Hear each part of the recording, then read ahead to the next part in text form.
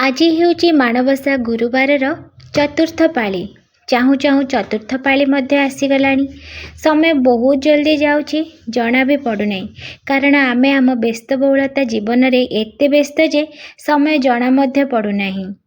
ଆଉ ଏ ଗୁରୁବାର ପାଇଁକି ପ୍ରାୟତଃ ଓଡ଼ିଆ ଘରର ସ୍ତ୍ରୀ ଲୋକମାନେ ବୁଧବାରଠୁ ହିଁ କାମରେ ଲାଗିଯାଇଥାଏ। କାରଣ ବୁଧବାର ଦିନ ହିଁ ବେଶୀ କାମ ଥାଏ। ଘର ପୋଛା ଠାରୁ ଆରମ୍ଭ କରି ଚିତା ପକାଯାଏ, ସବୁ ଜିନିଷ ରାତିରେ ହିଁ କରାଯାଏ। କାରଣ ଗୁରୁବାର ଦିନ ସକାଳୁ ଆମେ ଆମ ମାଆଙ୍କୁ ପୂଜା ଅର୍ଚ୍ଚନା କରିଥାଉ।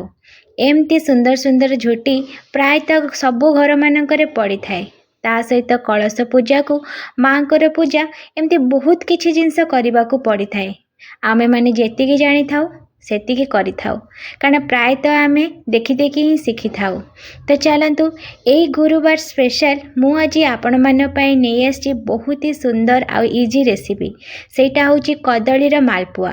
ବେଶୀ କଷ୍ଟ କାମ କରିବାକୁ ପଡ଼ିନଥାଏ। ଗୋଟେ ମିକ୍ସଚର ଜାର୍ ନେଇଯିବେ, ସେଥିରେ 1 କପ୍ ମାପର ସୁଜି ନେଇଯିବେ, ତା ସହିତ 1/2 କପ୍ ମାପର ମଇଦା ନେଇଯିବେ। ଫ୍ଲେଭର ପାଇଁକି ଗୋଟେ ଗୁଜୁରାତିକୁ ନେଇଯିବେ, ତା ସହିତ ଗୋଟେ ପାଚିଲା କଦଳୀକୁ ନେଇଯିବେ। ପାଚିଲା କଦଳୀକୁ ଗୋଟେ ପକାଇବେନି, ତାକୁ ଏମିତି ପିସ୍ ପିସ୍ କରିକି ପକାଇବେ, ଯାହାଦ୍ୱାରା କି ବଢ଼ିଆ ଭାବରେ ଗ୍ରାଇଣ୍ଡ ହେଇଯିବ। ଏଠି ଦେଖିପାରୁଥିବେ ମୁଁ ଏମିତି ଛୋଟ ଛୋଟ ପିସ୍ କରିକି କାଟି ନେଉଛି। ଆପଣ ଚାହିଁଲେ ହାତରେ ମଧ୍ୟ କଦଳୀକୁ ମେସ୍ କରିକି ମଧ୍ୟ କରିପାରିବେ। ଯେଉଁଟା ବି ଆପଣଙ୍କୁ ଇଜି ଲାଗିବ ସେଇଟା ଆପଣ କରିପାରିବେ। ଏବେ ଏଥିରେ ପାଣି ନ ଦେଇକି ଆମେ ଡାଇରେକ୍ଟ କ୍ଷୀର ଆଡ଼୍ କରିବା, କାରଣ କ୍ଷୀର ପକାଇବା ଦ୍ୱାରା ମାଲପୁଆର ଟେଷ୍ଟ ବହୁତ ହି ବଢ଼ିଆ ଆସିଥାଏ।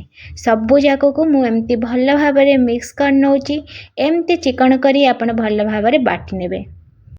ତାପରେ ଆମେ ଏଇ ବ୍ୟାଟରକୁ ଗୋଟେ ବାଉଲକୁ ଟ୍ରାନ୍ସଫର୍ କରିନେବା। ଏବେ ସେଥିରେ ଆମେ ସ୍ୱାଦ ଅନୁସାରେ କିଛି ପାନ ମହୁରି ଆଡ଼୍ କରିନେବା, ତା ସହିତ କଳା ଜିରା ଆଡ଼୍ କରିନେବା। ଆଉ ମିଠାକୁ ବାଲାନ୍ସ କରିବା ପାଇଁ ଏଠି ମୁଁ 2 ଚୁଟକି ଲୁଣ ଆଡ଼୍ କରିନେଇଛି। ଆପଣ ଆପଣଙ୍କ କ୍ୱାଣ୍ଟିଟି ଅନୁସାରେ ଦେଖିକି କମ୍ ବେଶୀ ମଧ୍ୟ କରିପାରିବେ। କନସିଷ୍ଟେନ୍ସି ଆପଣ ଦେଖିପାରୁଥିବେ। ଏଠି ମୁଁ 1/2 ଗ୍ଲାସ୍ରୁ ଟିକେ ଅଧିକା କ୍ଷୀର ୟୁଜ୍ କରିଥିଲି। ଆପଣ ଆପଣ କ୍ୱାଣ୍ଟିଟି ଅନୁସାରେ ମଧ୍ୟ କମ୍ ବେଶୀ କରିପାରିବେ। ଯଦି ଆପଣଙ୍କୁ ଲାଗୁଛି ଯେ ଟିକେ ବହଳିଆ ହେଇଯାଇଛି, ତାହେଲେ ଆପଣ ଆଉ କିଛି କ୍ଷୀର ମଧ୍ୟ ଆଡ଼୍ କରିପାରିବେ। ଡାଇରେକ୍ଟ ବେଶୀ କ୍ଷୀର ଆଡ଼୍ କରିବେନି, ନହେଲେ ବ୍ୟାଟରଟି ବେଶୀ ପତଳା ହେଇଯିବ। ଆମକୁ ଏଇଭଳି ଭାବରେ ହିଁ ଦରକାର, ବେଶୀ ପତଳା ବା ବେଶୀ ଗ୍ରେଭି ଦରକାର ନାହିଁ। ସବୁଗୁଡ଼ିକୁ ଭଲ ଭାବରେ ମିକ୍ସ କରିକି 10 ମିନିଟ୍ ପାଇଁକି ଛାଡ଼ିଦେବା, ଯେମିତି ବ୍ୟାଟରଟି ଭଲ ଭାବରେ ସେଟ୍ ହେଇଯିବ। ଏବେ ଚାଲନ୍ତୁ ଗୋଟେ ଶିରା ପ୍ରସ୍ତୁତ କରିବା। ସେଥିପାଇଁ ଗୋଟେ ପ୍ୟାନ୍କୁ ଆମେ ଗ୍ୟାସ୍ରେ ବସାଇଦେବା।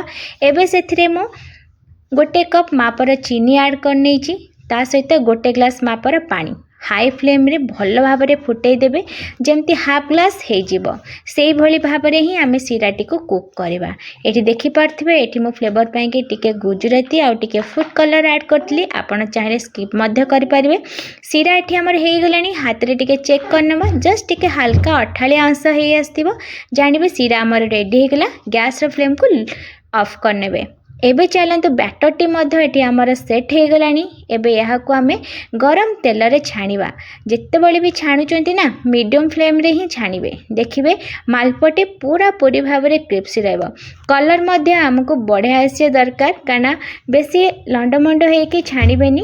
ଲୋ ଟୁ ମିଡ଼ିୟମ୍ ଫ୍ଲେମ୍ରେ ଛାଣିବେ, ଦେଖିବେ ମାଲପୁଆଟି ପୁରା କ୍ରିସ୍ପି ରହିବ।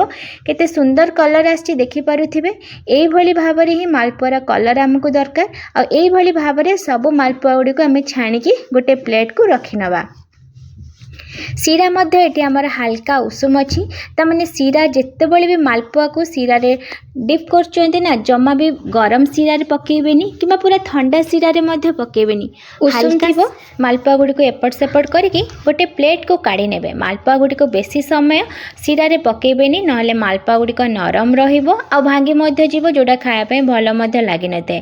ଆକ୍ଚୁଆଲି ମାଲପୁଆ ଗୁଡ଼ିକ ଟିକେ କ୍ରିସ୍ପି ଆଉ ଟିକେ ଜୁସି ଜୁସି ଥିଲେ ଖାଇବା ପାଇଁ ବହୁତ ହି ଟେଷ୍ଟି ଲାଗିଥାଏ। ଏଠି ମୋର ମାଲପୁଆ ଗୁଡ଼ିକ ରେଡ଼ି ହେଇଯାଇଛି। ଦେଖିପାରୁଥିବେ କେତେ ସୁନ୍ଦର ଦେଖାହେଉଛି ମାଲପୁଆ ଗୁଡ଼ିକ। ଏହି କଦଳୀ ମାଲପୁଆକୁ ଘରେ ନିଶ୍ଚୟ ଟ୍ରାଏ କରିବେ। କେମିତି ହେଇଛି ମୋତେ କମେଣ୍ଟ ବକ୍ସରେ କମେଣ୍ଟ କରିକି ନିହାତି ଜଣାଇବେ।